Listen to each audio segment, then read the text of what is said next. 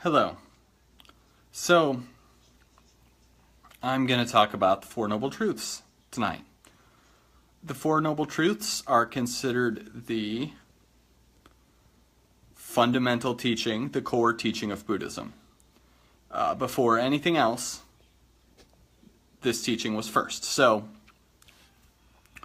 the story is that this guy, who we call him now the Buddha, but he wasn't called that originally, but we call him the Buddha now. And the story is that he saw difficulty in life and he wanted to figure out something to do about it. So he went and he wandered in the wilderness. I like to think of it as he went camping and he realized spiritual truths, but of course it's bigger than that. But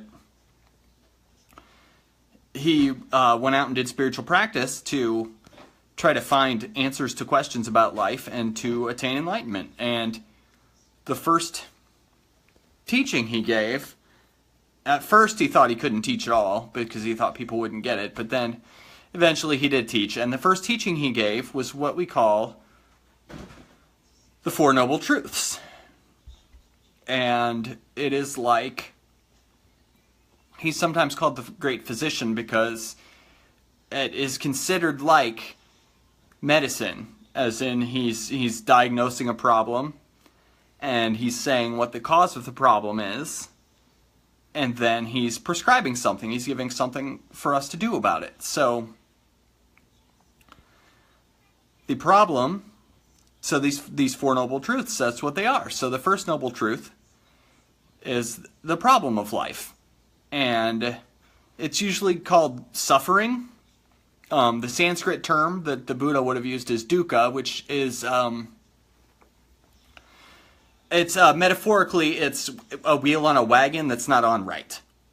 So that is, our lives are just not quite right. That's what the truth of suffering is. It's that our lives are not quite right.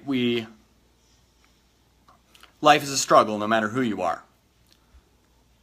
Even if we were incredibly wealthy and had all our needs met, we're going to get old. We're going to see people we care about die, and we're going to die. And a lot of people don't like talking about the Four Noble Truths because people think this is a really negative way of looking at life. And I understand that, but if we really pay attention to the way things are, we see that there's a lot of areas in life where we're not getting what we want, or where we get what we want for a while, but then, of course, eventually it goes away. Eventually, if nothing else, we're going to get old and we're going to get sick and we're going to die because nothing lasts. And that's really the first noble truth, is really about just accepting realities about life. And the second noble truth is where he diagnoses the cause of suffering. And that's called, usually, attachment. And that is just, we really, really want things to be different than they are. We want things to be different than they are so much that a lot of times we lie to ourselves. And we will tell ourselves that things are different than they are.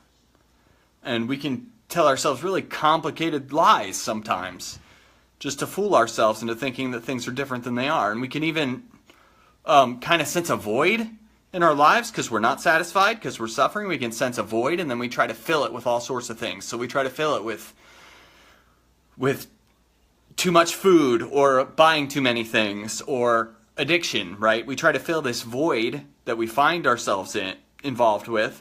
We try to fill it in all sorts of ways. And that's what the second noble truth is about. It's about our suffering is really caused by wishing really hard that things would be different than they are. We wish that the things we want would come to us and last forever. Sometimes we even think we deserve the things we want, which is very silly. So the second noble truth is really tied up in that state of mind we have that thinks I, me, mine.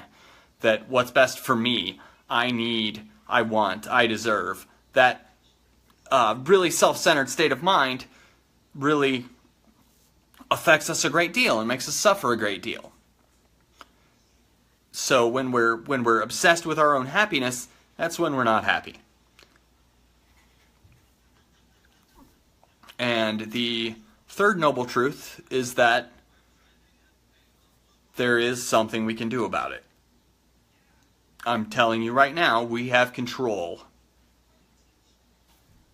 And we can do something about our suffering. So, I've heard it said that pain is inevitable, but suffering is optional. That is, so often in life we make things worse than they originally are. We have all sorts of problems that we compound by worrying about them. I like to think of the way my kids might throw a fit when I tell them to clean their room.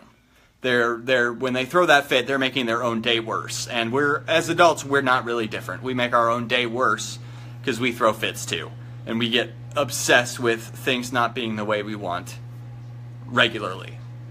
And that getting upset makes things worse for us. So that's really the meaning of the third noble truth, is that you can do something. We need to realize that this too will pass. That's the real truth. This too will pass. That cliche is that whatever things are making us suffer, they're impermanent too, just like we are, just like everything is. And they're also nothing to hold on to.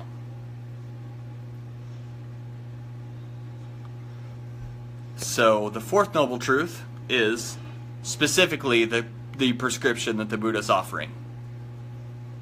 The way he's telling us about that can help us manage our suffering. The way we can step outside of this I, me, mine all the time, this I, me, mine mind that holds us down all the time.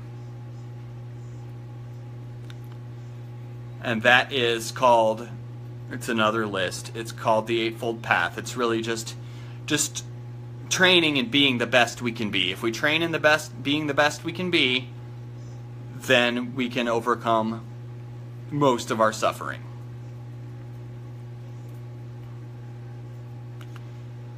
And the Eightfold Path is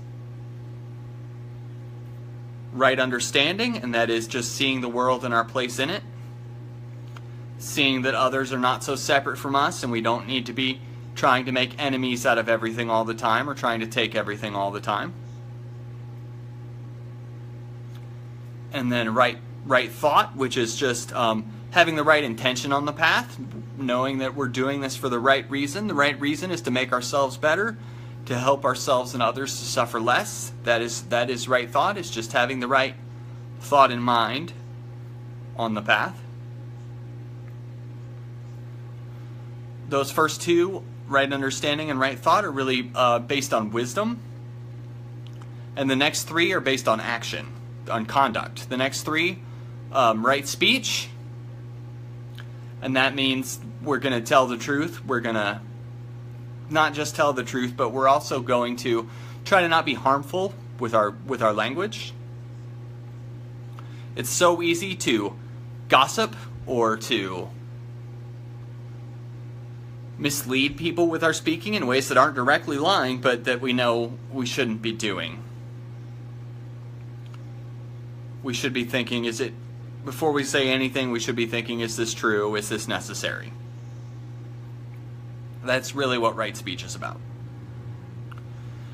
And then the next step on the Eightfold Path is right action. That's pretty self-explanatory, I think, but we want to try to do good things. We want to try to make the world better when we're leaving it than when we found it.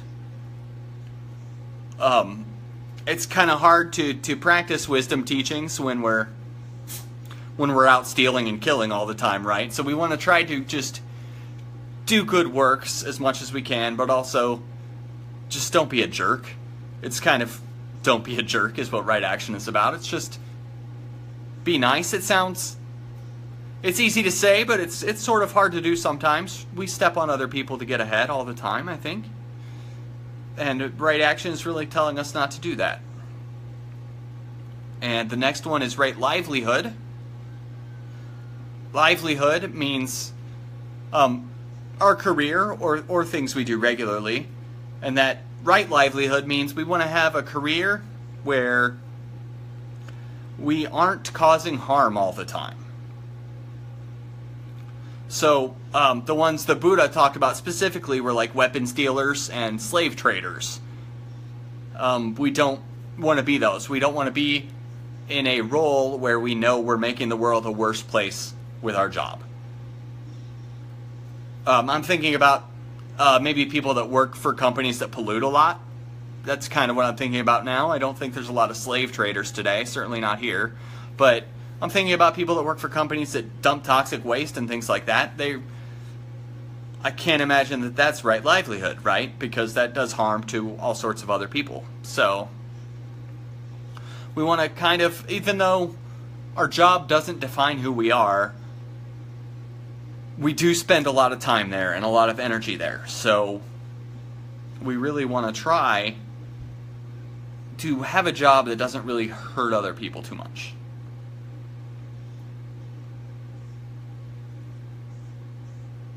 And the next level is called right effort. This is kind of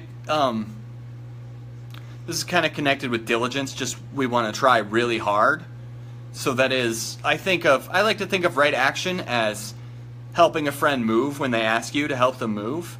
And I like to think of right effort as when you know a friend is moving and you offer to help. So it's a little bit, it's kind of the same, but it's a little bit different. It's more, we want to be determined to give help to people that need it. That's what right effort is about. It's about having that strong urge to really help and to really walk the path with diligence.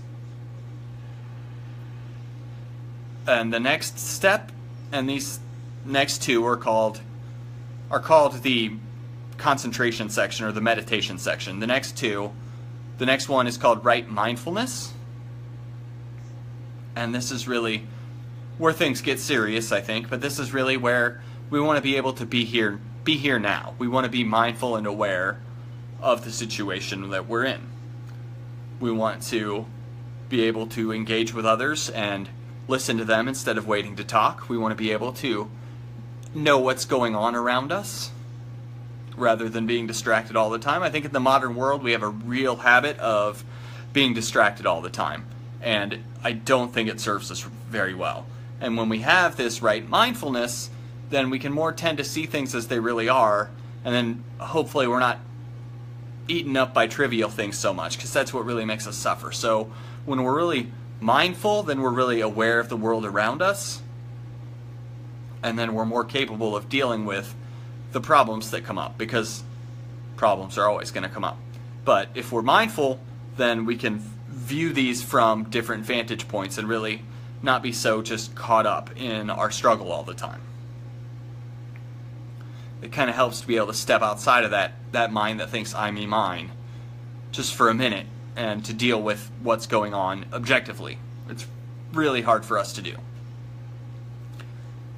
And the last one on the Eightfold Path is right concentration.